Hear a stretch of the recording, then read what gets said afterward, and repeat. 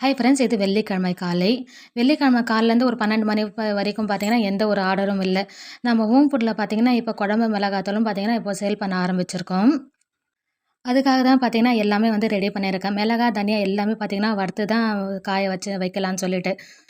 ஏன்னா, ஹோம் ஃபுட்டுக்கும் இந்த மாரி தான் யூஸ் பண்றேன். டேஸ்ட் நல்லா இருக்குன்னு சொல்லியிருந்தாங்க. ஸோ, அதே மாரி வந்து பேக் பண்ணிடலாம், ரெடி பண்ணிடலான்னு சொல்லிட்டு ரெடி பண்ணின்னு இருக்கேன்.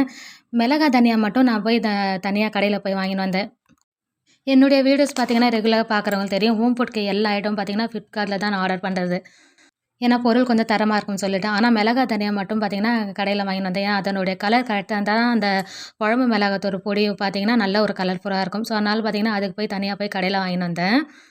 மீதி எல்லாமே பார்த்தீங்கன்னா, வீட்லயே இருந்தது. அத மெஷர் பண்ணிட்டு நல்லா இந்த மாரி பார்த்தீங்கன்னா, ஒரு வாணலி வச்சுட்டு நல்லா வறுத்து எடுத்துட்டேன். அதன் பிறகு மாடியில போயிட்டு காய வச்சேன். ஒரு நாள் ஃபுல்லா காய வச்சேன். ஈவினிங் போல குழம்பு மிளகாத்தூள் வந்து அரைக்கிறதுக்கு குடுத்து அனுப்பிச்சிருந்தேன் மிஷினுக்கு. வெள்ளிக்கிழமை நைட்டு குடுத்தேன். சனிக்கிழமை ஒரு 10 மணி போல பையன் போய் வாங்கின்னு வந்திருந்தான். மிளகா பொடி, குழம்பு மிளகா பொடி. இது பார்த்தீங்கன்னா தெரியும், எந்த அளவுக்கு நல்ல ஒரு கலர்ஃபுல்லா இருக்குன்னு சொல்லிட்டு. இத பார்த்தீங்கன்னா, பேக்லாம் பண்ணி வைக்கிறதில்ல. யாராவது கேட்டாங்கன்னா, அப்படியே தான் உடனுக்குடனே பேக் பண்ணி குடுக்குறது.